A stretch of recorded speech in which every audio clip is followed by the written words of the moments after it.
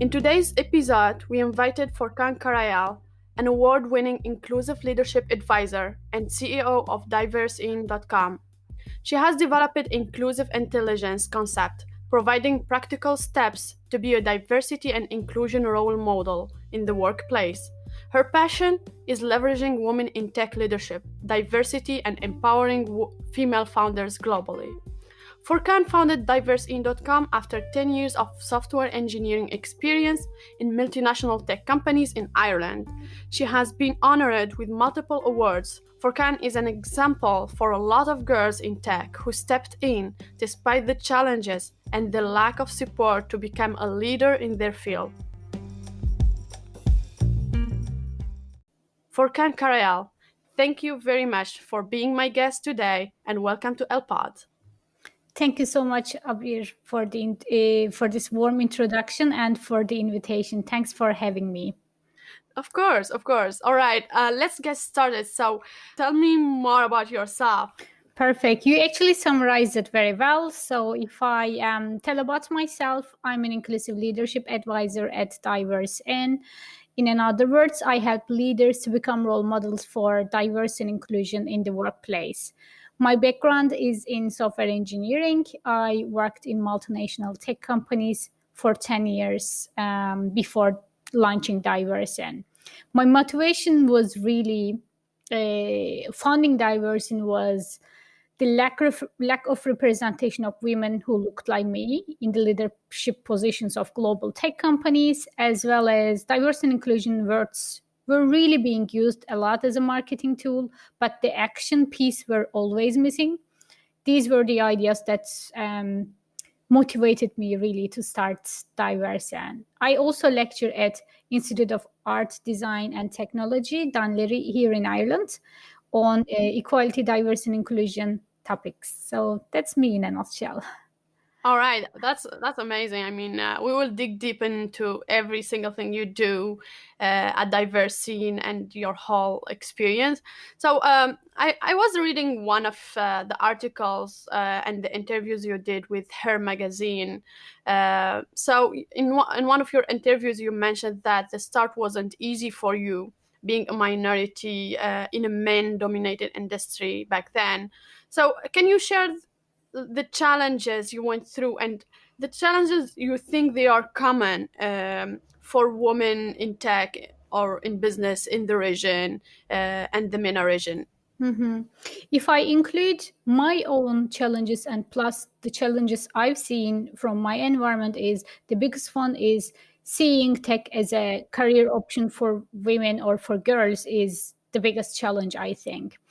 I imagine myself being a tech leader when I was young, but actually this story is very interesting. When I dared to share my story at school one day, one of my teachers pulled me to the side very angrily. She said, "Furkan, come back to reality." And that was like, I invite you to put yourselves in my shoes. How would you feel? And I felt the same way. So, but I had very supportive parents who always believed in me, my potentials, and whatever I would like to do, they were really there to support me. And another challenge is lack of representation. That when people see a representation of themselves in a career, then they are more likely to see this as an option, see that there is a career path for them there as well. And so I think this is still missing. When I compare Ireland to Turkey, I'm originally from Turkey, but in Turkey, I'm not sure about other countries, but we actually had more women in tech back home in Turkey than comparing to Ireland. That was another big shocking. I already used to feel like there is, lack of representation already. And now sometimes I was the only woman in the whole team. I was the only Muslim. I was the only one from a different background, non-native English speakers. And so definitely lack of representation. And when people get there, it could be very lonely if you are the only person who cannot maybe discuss the things that you would like to discuss. It feels really lonely. And women with in the leadership is another story, but in most of the companies now, when we look at women in tech, women with different ethnic backgrounds are not really chosen for client facing roles. Still, they are still at the background, and maybe they are not giving the opportunity as equal opportunity for anyone else. And research shows that 92% of women in tech says that they are ignored until a man repeats their ideas in a meeting. So this is another challenge. I'm sure this happened to you too, Abir. Yeah, I agree with you. A lot of female, their ideas, they might be ignored in the first place, but when a man in the room echo it or repeat it or mention, oh, referring to my colleague or Abir said that, oh, now we listen. Absolutely, as if that the original idea didn't belong to them. And this is Yeah. like incredible. It's 62%. Let's say half. So why these things are happening? There are still so many challenges in the workplaces. So yeah. Yeah, you're right. And you mentioned something when looking back to the MENA region and my country. I'm originally from Tunisia, so what we share is we have a lot of women in the tech field, especially in university. A lot of females are graduating with tech degrees, but the challenge here is like if they finish that, if they get to a position, leadership position, it's like the problem is different back there. Yes, we have a lot of women in tech, but how many women we have are leading and are in C-level, are in founders? So that's a different problem, and still, like it's as you said, we share the same problem in different ways. It's either in the MENA region or in Ireland or Europe or the US too. Mm-hmm. Definitely, yeah. So, despite all these challenges, I don't think that stopped you from pursuing your dreams. Turn from a software engineer, having a career in software, if you want to do more. So, what inspired you to become an entrepreneur? Why you don't think that being a software engineer is enough, is an accomplishment enough to, okay, I'm a woman and I made it to the tech industry despite everything?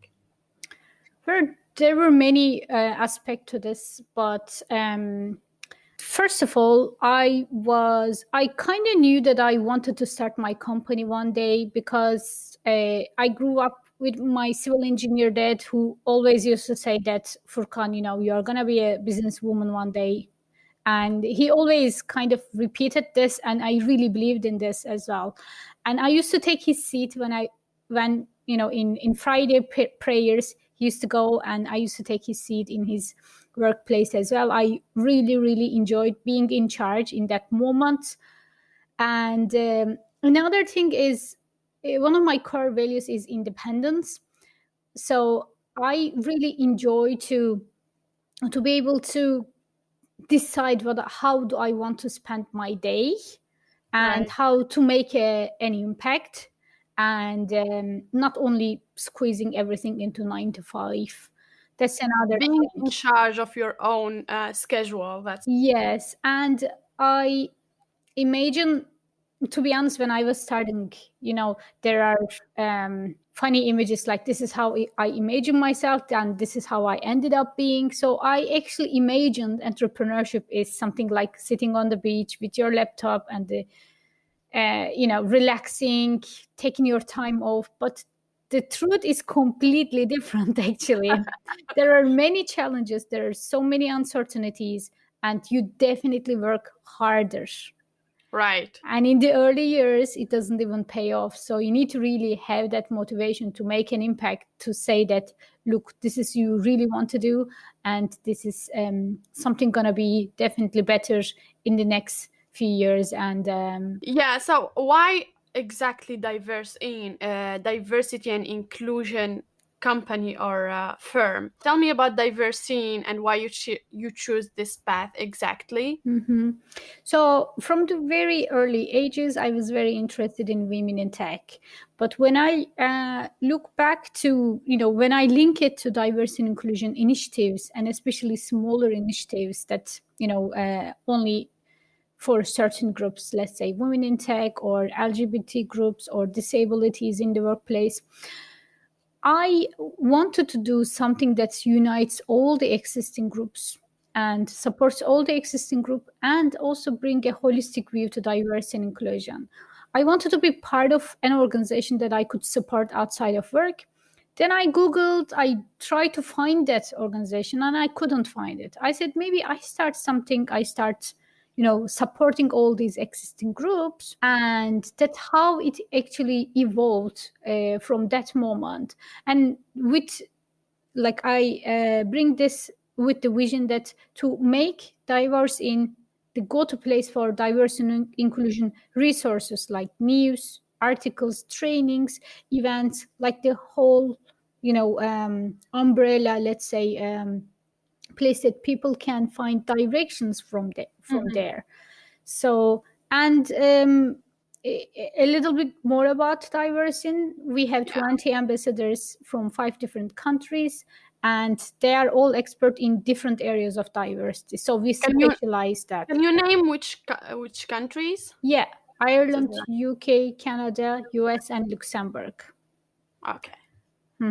And in the areas women in tech, ethnic culture, gender equality, LGBT, disabilities, neurodiversity, diversity in business, and so on.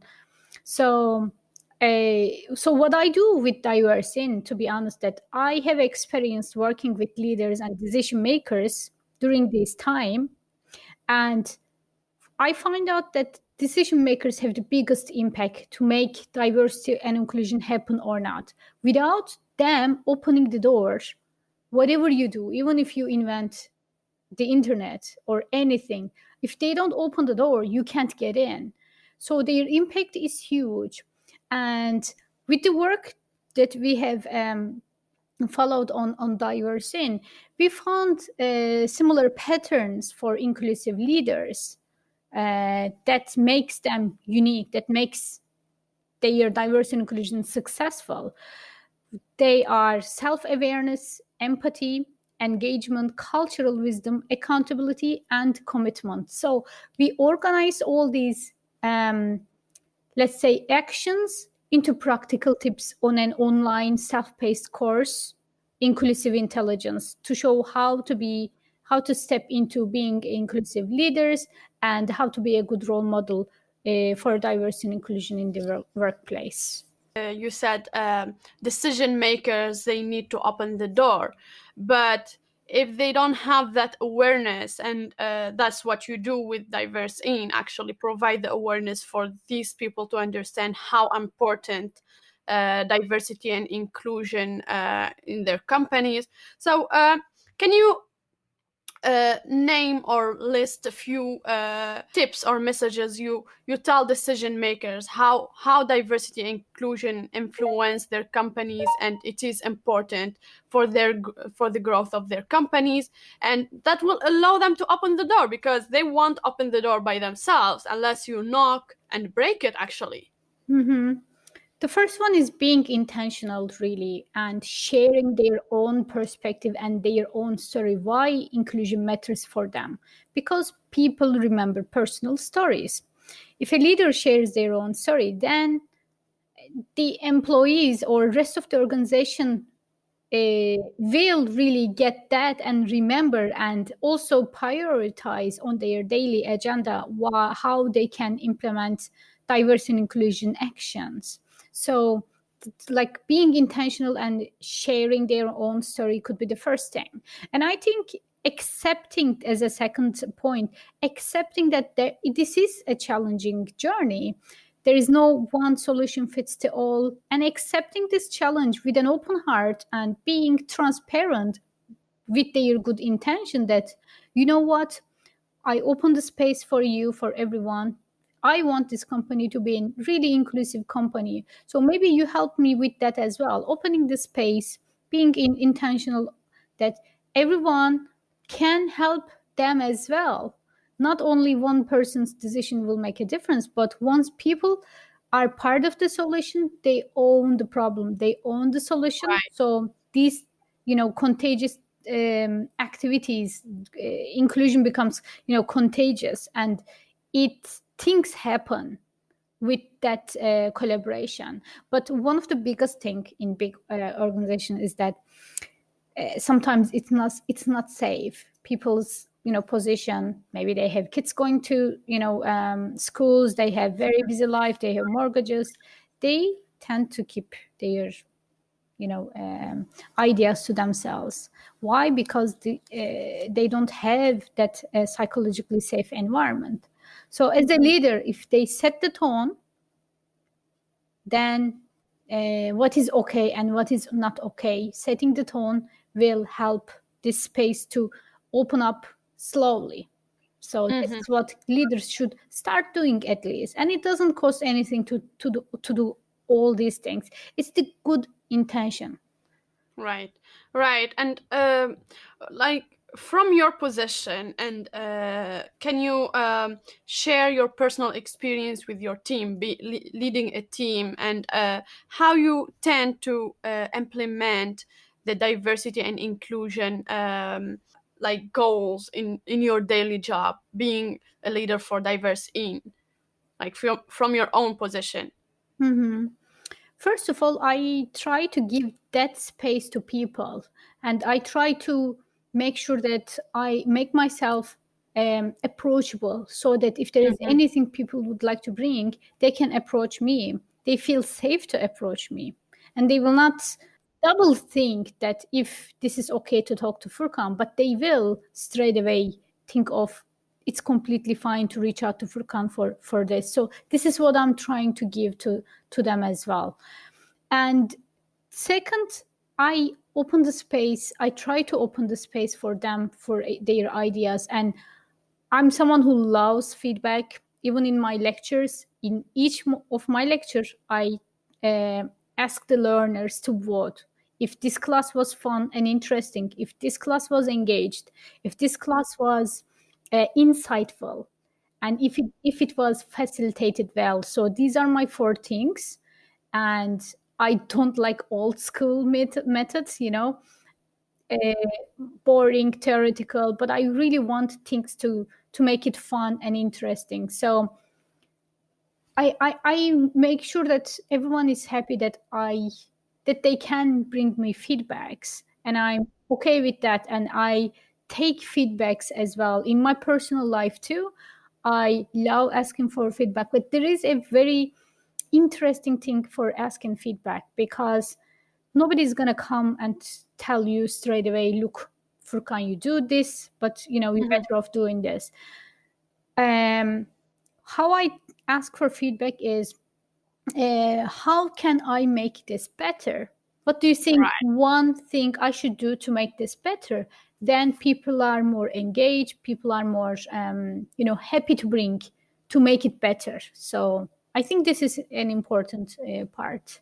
Yeah, and asking for feedbacks and accepting, also being open to accept feedbacks is very important when you are in a leadership position. So you don't make anyone afraid to ask you questions. It's like making yourself approachable. That's a good tip actually, and I'm gonna follow back on. You are originally from Turkey, and you work now in Ireland, and you worked with international customers, I guess, and clients, and you traveled to a lot of conference, speaking in a lot of conference in the UK, US.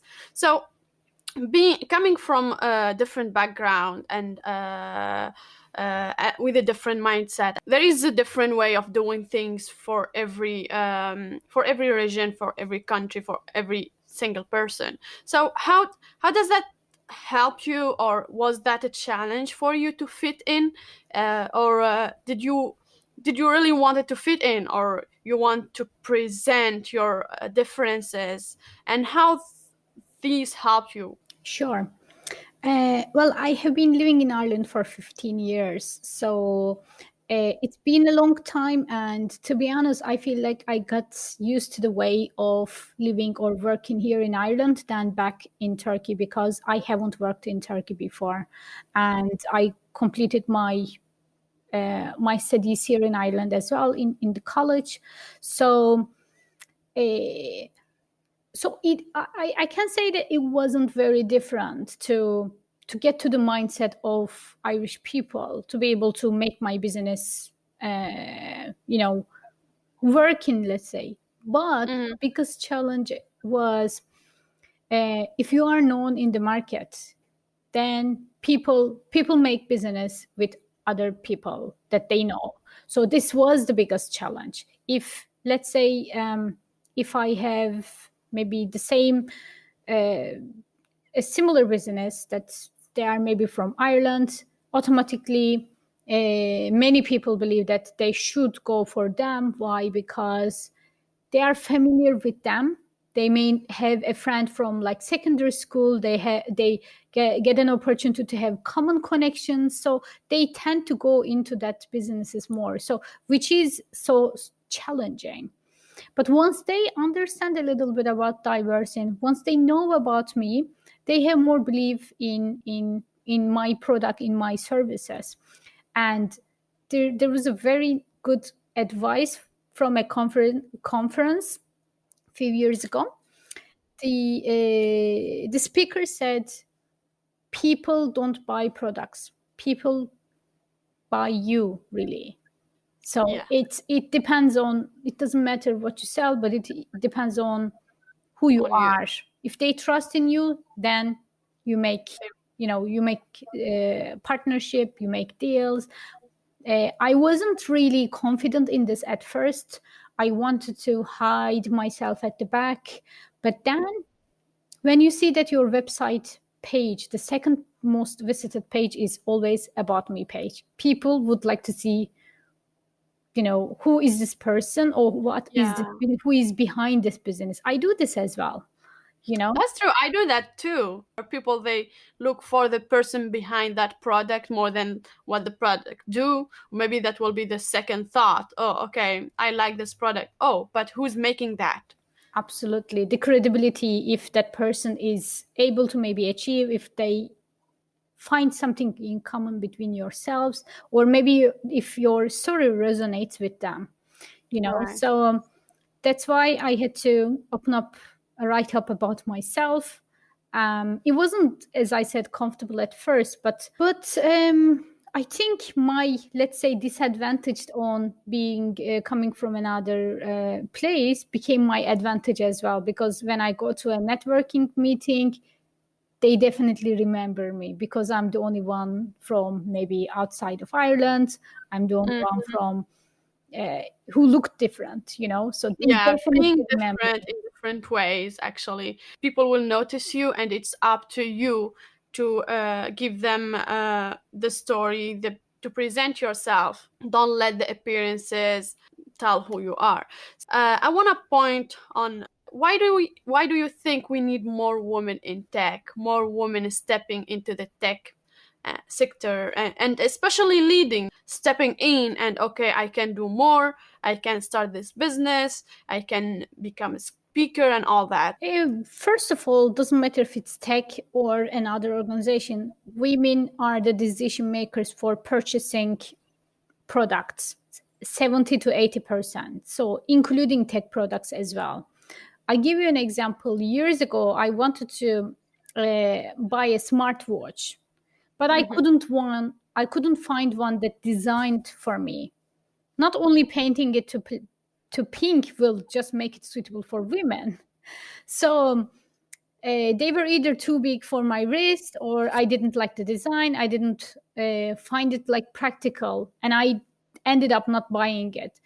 So if we have more women in tech, or if we have more women in different companies, we build better products.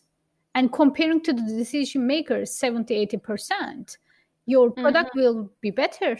Your product will be more successful, and they will be chosen against against others. That is, to me, that is as simple as this. And if you have more diverse teams, including women, it is proven that it makes employee engagement and ideas better as well. And it all feeds into the bottom line. It makes better revenues for the organization. And this is what every company wants, the success. So I think it is very logical. And on the other side, when you talk about the leadership, we need more representation of women in the leadership as much as the same reason for men in leadership. And when we look at the population of the world, the globe, or the organizations, and when we don't see our representation in the next level, then again there is a missing piece there, that you think that there is no equal opportunity, career opportunity for all, but it is for certain group. So And if a young girl doesn't see her mother in leading, she wouldn't take the courage and step in and also want to be a leader. So it's like we need more women to be there for other women, for other young girls to take the courage and be more confident in doing what they want to do. So there is another element to it, Abir, as well, that for some situations, women in the leadership is actually coming by choice. Maybe sometimes women don't prefer to be in the leadership because they could be thinking that it includes more working hours, and right. it may include a responsibility that they don't like it in particular.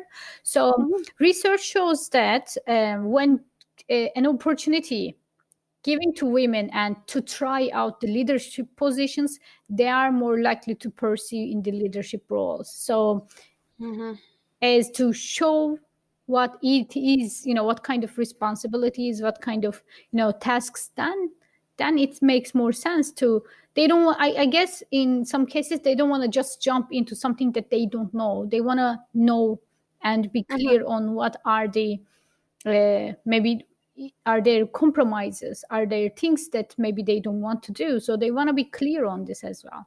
Right, and it is like a common mindset. I don't want to stereotype it, but women tend to double think about it, while a man, if he wanted, he would jump on the opportunity and try it out.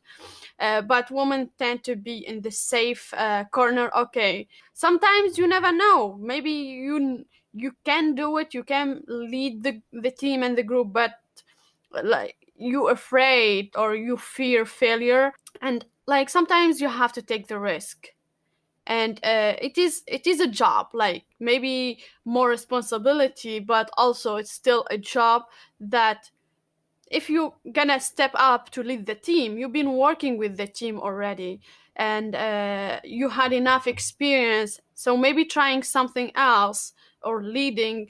And if people they nominate you to lead this or take this opportunity, means they see something in you maybe you're not seeing, because you are in yourself. You are not looking to yourself as your colleagues. Oh, she can do that, she had the character, she had the personality to do it. So sometimes like trust the process, trust the process, and say yes to the opportunity and try it out. If it's not for you, it's learning experience, you learn from it. I'm going to give an example, Abir, that last year I was in, just before the pandemic, I was in Dallas and I attended a Women in Tech meetup. So in there, one of the speakers said that she travels a lot. 3 days a week, she travels to a different part of the US. So she's basically spending a lot of time outside of home. And her husband is... during this time, her husband is working from home and minding their child. And somebody said, "Wow, that's very fair play to your husband, and he's a good husband," something like this. But she said, "But when I do this, nobody tell me that I'm a good mom, and plus I do all the work. So when it comes to men, when they do this, they are taken as a good one. But when by default, when women does this, they are not taken into, they are doing a really good job. Wow. Yeah, yeah. Oh my God. That's we don't realize that, and we don't recognize the work that the woman, if she's a working woman and also taking care of the house, uh people, they take it, okay, that's her job. But if a man does it and he stay at the house to take care of this child, he will be like, oh, he's doing good job. It's like, wow. Mm-hmm. So that's true. Unfortunately, it's true, and it's still. Mm-hmm. We have a Yeah, very go good article for a similar situation in our website, Diversin, by Yulia, and she's such an amazing woman. So she wrote about why Mary is not a good mother while Tom is a good husband. So that I includes literally will go check it out, and I'm gonna go read it, and I will share it because it's perfect. something that we need to think about it, why we say those things. Mm-hmm. So yeah, Furkan, you've been recognized by so many women in tech organization as a woman in tech trailblazer, and also woman in tech diversity ambassador. You being a winner for the Women in Tech Global Awards. So I bet, and I'm one of them, a lot of young females and women see you as their role model, and they aspire to be like you and become leaders like you. So what is your advice to them from your personal experience and as a leader and diversity and inclusion expert? What are the tips you can give them about achieving goals and becoming a leader? First of all, thank you so much for thinking of this, Abir. To be honest, I still don't see myself like a good role model that people want to be like me one day. Have gone through so many challenges. I still do. I don't consider myself to be there yet. I'm on the journey. I'm still learning. So, Let me tell you something. There is no like ending point. There is no finish line. Okay, you pass that, you are a leader, you are a role model. You are a leader, and I say that, and I yes, you are a role model because you've been through a lot and you made it to, and people are hearing your story, and you making an impact in people's lives, and that's what leaders do. You don't have to acknowledge it and say, okay, I have a badge. Leader is not a badge that you put on. It's like a character, and people will acknowledge that, and I'm one of the people who acknowledge it, and I think you really inspired me. thank you so much. I'm truly honored to hear this.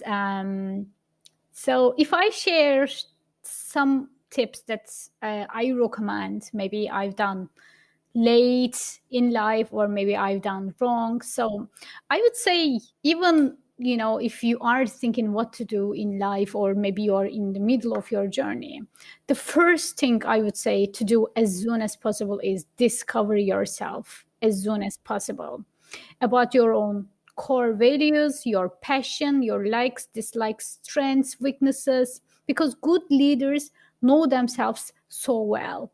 When I graduated and got my first job, my manager, when I had a meeting with my managers, when I compared myself with him, the biggest difference between me, the new graduate engineer, and him was self awareness. He knew himself so well.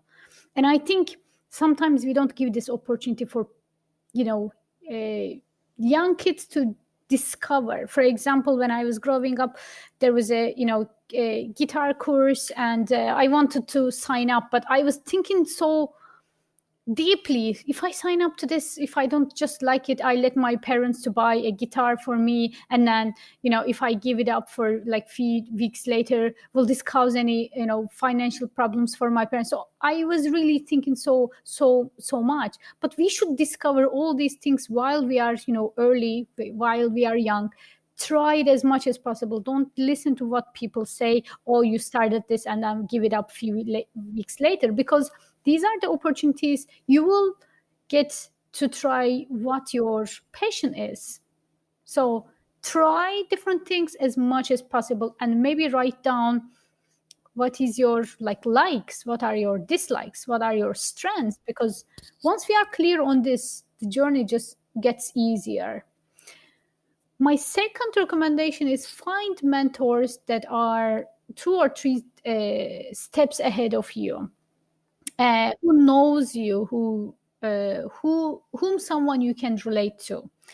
And in my life, I've seen that, maybe we respect to somebody because they are older, maybe because they are like good teachers, maybe they are good at what they are doing. It doesn't necessarily mean that they will make a good advice to you. So because of their, maybe they are elder, they are senior, I used to take all these things straight away and thinking, oh, because they are this person, they might have know it better. Actually, no, because their assumption about us is wrong. So their recommendation is not valid for us. So I think we should be able to make this good judgment on ourselves and not take everyone's advices, and even though they are experts on something, and take control of our decisions fully.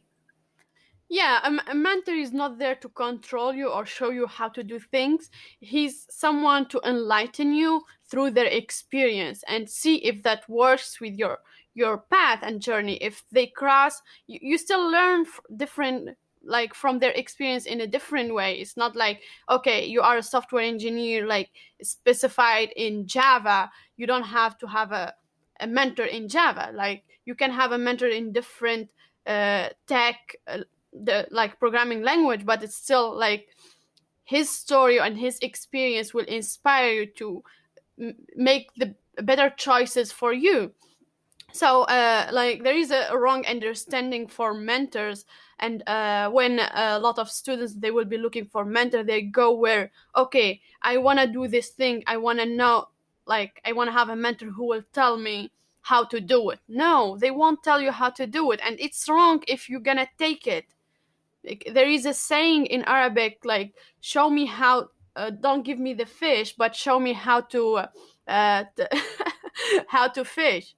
So show them the way, but don't tell them do that and do that. Give them the choice, give them the opportunity to fail, to maybe and succeed later. So well said, Abir. I really like that. When they say if someone shows you how to do it, they kill productivity. Sorry, they kill creativity and Creativity, innovation. right? Yes, so absolutely, I agree with you. And my like I have been really perfectionist in my life as well, that I'm not really proud of, and I'm trying to be consciously taken out of my mind, out of it. When I was gonna do something, I used to get like 10 people's ideas about this, spend so much time. But you know what? Actually, you don't need that so much time. You don't need everyone's opinion on something. Mm-hmm. Sometimes doing something just right on the right time is better than not doing it and getting everyone's opinion. So what? So I think let's get rid of that perfectionist idea. Let's move on. If one way didn't work, we know that the next one will work. So I think I try to limit myself to 3 options by now. Even if I'm buying something, I don't want to spend more than that. Before, if let's say if I'm buying a shoes online, I would go to page 40 to make the best decision. So I know it has taken years from my life, but seriously, I mean, we don't need that perfectionism in our lives.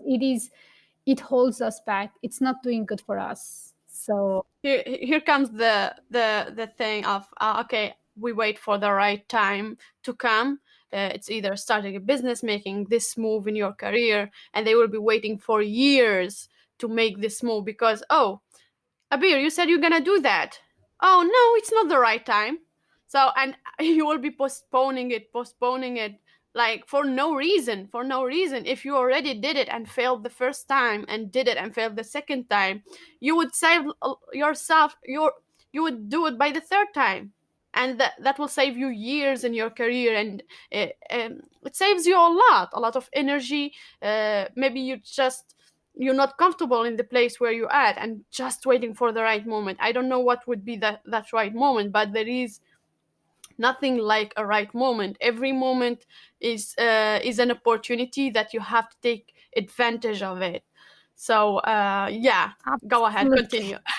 Absolutely. And my final recommendation really is enjoy the journey and be comfortable going beyond your comfort zone, because all the magic Absolutely. happens there outside of your comfort zone. And Absolutely. failure is part of the process. Please keep this in mind. Try to enjoy the journey, because, get comfortable failing, really, and Yeah, so instead of, retry. oh, today I failed this thing, oh, today I learned something. Absolutely. Failing is definitely learning. And once failure doesn't upset you anymore, that's where you will start having fun. Right, right.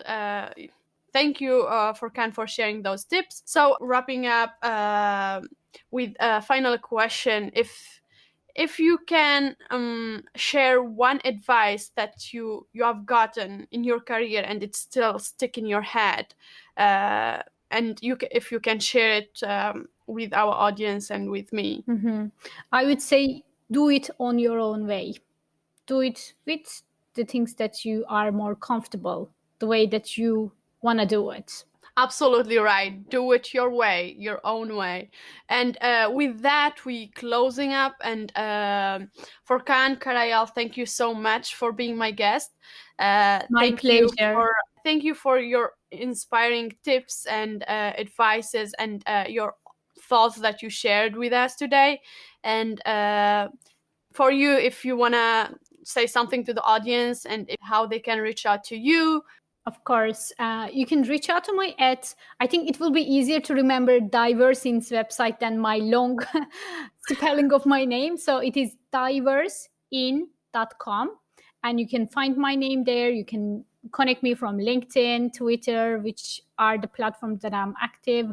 I have a little YouTube channel as well, which is not as active, but keep in touch I with me. checked it out. It's nice. It has really short videos. I enjoyed watching them.